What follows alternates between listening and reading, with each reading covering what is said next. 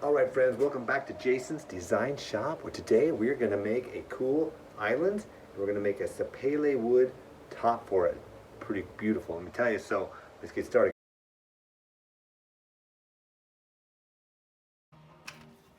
Well, we're going to put the frames together with pocket hole screws. So here we go. Apparently pocket hole screws are kind of a negative in the woodworking world, but I'll just share with you right now that these pocket hole screws are not going to hold any structural integrity of the box. They're solely for the purpose of decoration around the plywood frame. So that should make a lot of you happy.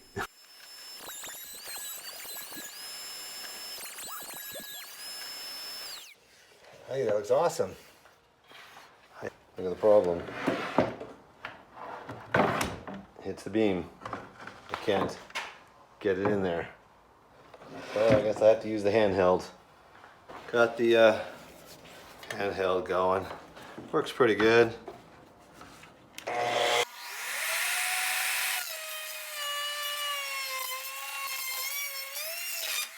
How could it be splitting that hard?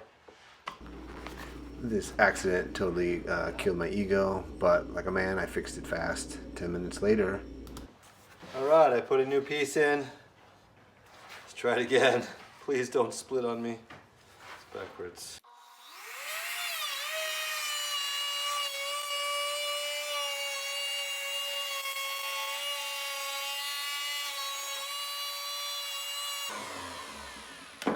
There we go. Beautiful. Boom. There it is. Nice frame. I did it. Just got to sand up some of the burn. Now I'm just knocking down this hard edge and looking for any spurs. Can I just say how much I like working with maple? It's closed grain, it sands super smooth, and when you get that tiger striping on parts, it's just beautiful. I'm gonna try to do more of it in the future. So I was sanding and everything and trying to use this block to get in the groove here, and then I realized I have a sander on the end of this Dremel tool, a barrel sander, that can get these difficult burns that all seem to be on the top of this, inside this crevice here. So let's give that a try. Put this up a little bit. See what we can do with this, if it's quick and easy. I want to slow it down. Let's slow that down a little bit. We don't want to burn it again. And this was so much faster. It just shows you that there's a tool for that, and there's always an easier way. So remember that. Just two big melamine shelves. Well, one on the bottom and one in the middle. And I've just traced that out on the inside so I can cut it and drop it at the bottom, make sure it all fits. But what this video is really about is this Sapele wood we got from Asia. Look at this, huge, 2-inch thick we're gonna do. Yeah, it's 2 inches thick. They're 9 feet long, 3 of them. Yeah, about 300 bucks. So overkill, but that's how they sell them. So I got 4 feet extra to make something else with them. So that's gonna be cool. But we're gonna have to plane these down and put them side by side, and it should give us a little bit of an overhang, hopefully like this, you know, around the whole thing. We are gonna go, this is 4 feet by 2 feet, but we're gonna stick it out. It's gonna go out an extra foot off the end, so you have like a counter. So on the end, it's a skinny kitchen, so you can have a bench there and sit there and do that. So we'll get this going together and done, and we'll show the process of making the top for this thing. It's gonna be beautiful. All right, let's go. So I'm gonna cut these 9-foot boards and down to 5 feet plus like a couple extra inches. I think 3 inches, 1.5, because I'm aware of my planer likes to give me a little snipe on and off. So plug it in. Good grief.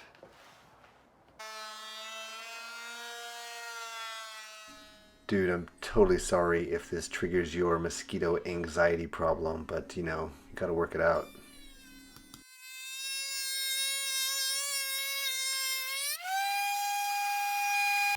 And this would be the only piece of remaining evidence of how my wife's car got covered in Sapele sawdust.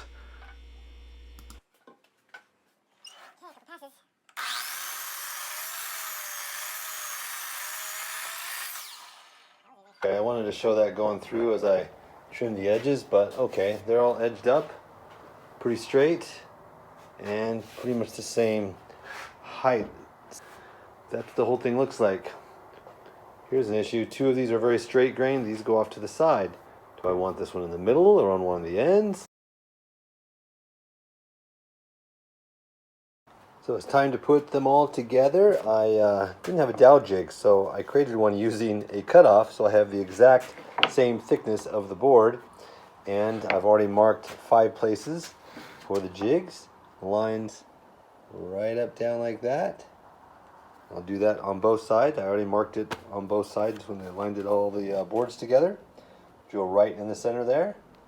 Gonna go in exactly, exactly that deep. And should put in the little, there you go, little wood dowels there to line it all up so it doesn't slide and get in a big mistake of things sliding or moving, and that should hold it in place. So here we go. Why voiceover when you could have shop noises?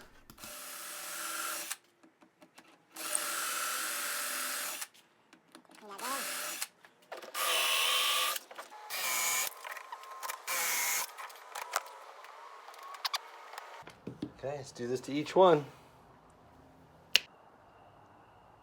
Alright, really quick, here's my setup for putting these 3 boards together. I've got 2 cauls that I have taped so they won't stick to the board and do any tear out trying to pull it apart. Don't want to risk that with this expensive wood. I've even taped where the seam lines are going to be on the pipe just so it doesn't get stuck at all on there. And I put little pieces as well. That one already had them, but little pieces in there and there. Ready to glue it together. I got 2 a clamp for each end of the cauls. We'll get those going first, and then we'll crank down all of these, assuming all the dowels line up perfectly. That seemingly shouldn't happen, but we pray it will. All right, a little scary to do by myself, but we'll try to do it. Maybe we'll put the cauls on standing up and then set it down so it won't bend. I do want to do it standing up in case I have to pound it a little bit. It's funny, as I'm sitting here editing this video, I realized that I never even tested those dowels and the line up and see if it all went together smoothly. I just went ahead and glued it and hoped for the best. And luckily, that dowel jig was right on and it all worked and pressed together nicely. And I blew right past that without realizing I could have had a big mess to clean up there. And scraping all that glue off so I can redo the dowel holes, get them to line up. I got lucky. Sometimes you get lucky. Sometimes you're kicking yourself saying, what the heck did I just do? I'm so stupid. Well, that time I was confident. That's it. So now it's easier to get that glue off now than later with a sander. So what you do is you put some sawdust on there. This is the same color. Maybe it'll fill the cracks as well. This is out of my bucket from all the cutting and planing we did. This trick worked pretty good, but later on there were some pits in one of the lines. Didn't push the dust down into it hard enough before just pushing it off, so be aware of that. And honestly, this is the first big panel I've ever done, 4 by 5, 2 feet wide, 5 feet long. And I am super pleased how it came out. It gives me confidence for any future large countertops, tables, that it's not an issue. And this is how it comes out. Super satisfying to see it at this step. Well, got some steps here. This is the bottom. See if we can't grind it down a little lower and sand it up to 120 grit. Here we go. Well, this 40-second clip of sanding represents 2 days of 4 hours each, sanding from the 40 grit belt sander there up to the 180 on the rotary sander. I've rounded the corners with the jigsaw and sanded everything up to 100 grit. This seam is great, but this one has little cracks in it. We're sanding down to where the glue did not squeeze out. So I'm using this little fill stick for wood repair and running it down in here, filling it up so we can sand all this off. So I don't know if this is the best way to fill such micro cracks, but it worked really well, and I really got quite lucky with this stick. Just randomly grabbing it at the store, it was a perfect match, and I hit the table with the nails up there in the corner where that arrow just pointed, and we filled it in on the outside and it just went invisible. Here I'm spray bottling some water on there to raise the grain. I only do it in the last two grits, and so that's the 120 and the 180, and boy, it did get rough after. Alright, so I just water popped it again, came back out, it's dry, took a break, and ready to get the gear on and sand the 180 grit. 1 hour later, the whole thing is done, and we are ready for mineral spirits. After I did the air compressor really good back and forth, because this wood did have some grain, like open grain, kind of like oak has, and went ahead and blew a lot of it out of there, opened it up, and then we wiped it clean. Surprisingly, at one end it was grabbing my towel a little bit, some of the grain. So I gotta be careful, even though it's sanded up to 180. Well, wiped it all down, and this stuff evaporates pretty slowly. So went and took a break. And actually, I think it was the next day, and we're gonna put some Rubio monocoat on this thing. And let me tell you, this shows you every little mistake you might have made. So don't be afraid to use some more sandpaper and get rid of those deeper grit marks. So what do you think of this wood now that you can see what it actually looks like, all sanded and gotten wet here? I actually think it's beautiful. I love it. Tell me what you think in the comments below. Do you love Sapele, or try something different in the next time? Alright, so we're going to do the bottom first with the Rubio monocoat, but this has to completely dry, and apparently it could take a couple hours. I'm going to stand it up so it can dry a little more evenly here. Get this up like this. It's going beautiful. Something like that. Right, the time has come for Rubio monocoat. Here we go. Could just use 3 cups of this, but we don't want it to take so long to harden up. So we're going to put a hardener in there. So it's a 3-to-1 ratio. So whatever it is, 3 of them. So I don't want to waste any around the edges trying to pour it and all this kind of finagling. You're supposed to use a syringe. But of course, I couldn't get a hold of one all this week. That looks pretty good. So let's go. 1. Honestly, after watching hundreds of YouTube videos, and they always use almost monocoat and or Osmo, and I'm really excited about this and to see how it all turns out. And honestly, it doesn't let me down. It looks like kind of self-mixed. I almost don't want to waste any on this. Okay, come on, hurry up. Mix that well. I want to see what this looks like. Right, Rubio monocoat. Here we go. So again, this is my first time applying Rubio monocoat, and totally guessed on how much it was going to take. Those 3 little thumb cap fulls of that little container, and it turned out perfect. For per side, I did the same thing on the other side, and it gave me a little extra to do all the edges all the way around. So no, I just got lucky again, I guess. I just practice applying stuff, and you get used to what it's probably going to take. But I did know that it doesn't soak in too much. It coats the top. But it came out amazing. Then I buff it out and get off all the extra. Man, that looks great. Satin. Look at all the golden tones in there. It's stuff to look at. But this side is going to be the top. Just has a couple fewer blemishes, and but Rubio's pretty cool. It makes it super smooth. It will bring out. Look, see that? It'll bring out stuff like that. There's only one.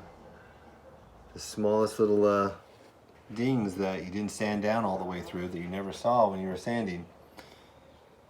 But from back here, you don't see a thing. You got to zoom up on that. So. Pretty cool. Excited. Dry this in about 5 minutes, and then wait a couple hours, do a second coat.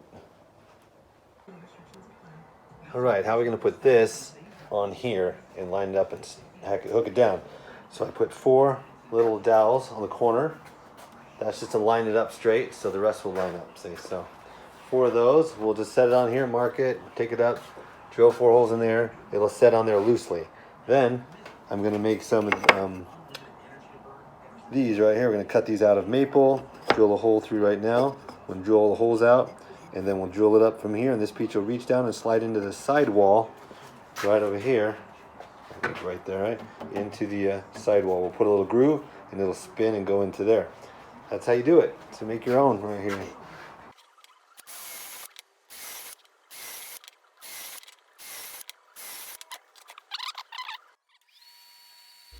I'm loving my new Rikon bandsaw. Has a huge throat on it. Going to be able to do some resawing. It's got the giant blade on it right now, but it's working great for this detail work, so I don't have to do any long curves or anything. But I keep finding ways to use it that I would have been very difficult to do without it, like all these little pieces. And it made short work of it. Just gotta be careful, watch your fingers. It's an awesome tool.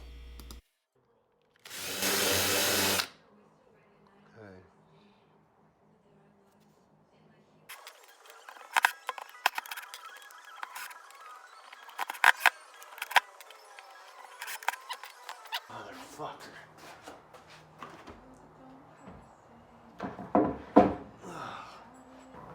Look at that contrast, the white and the dark. Alright, this is a little scary. At this point, you're going to want to triple and quadruple check that you're drilling in the bottom and not the top of your beautiful countertop.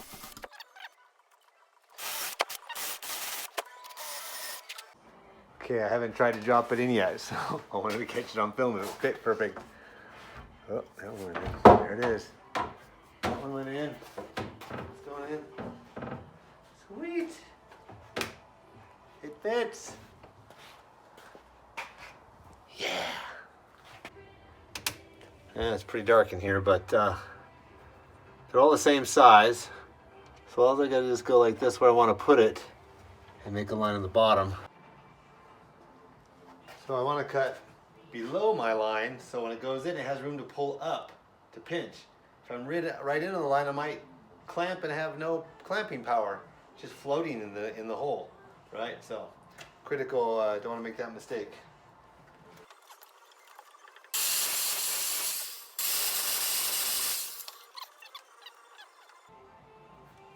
Perfect. That's what we want. Works good. Goes in right there, screws in, you can see that, and holds it in place.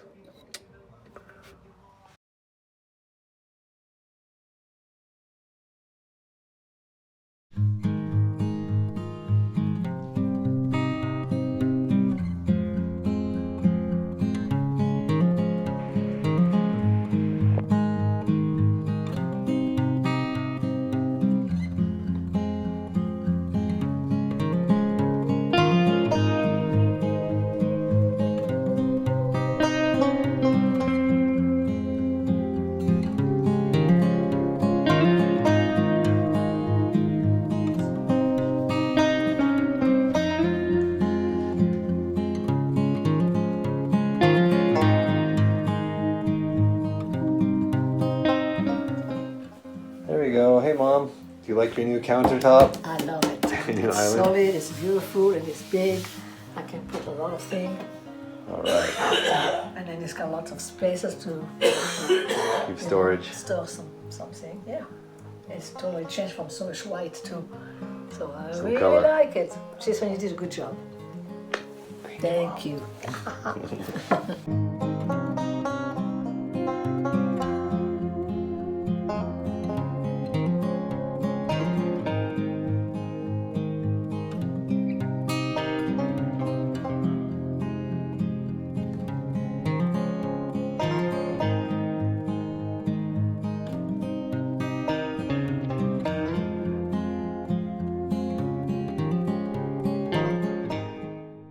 Well, if you're still here, then I really hope you'd consider subscribing if you haven't already, and clicking that like button.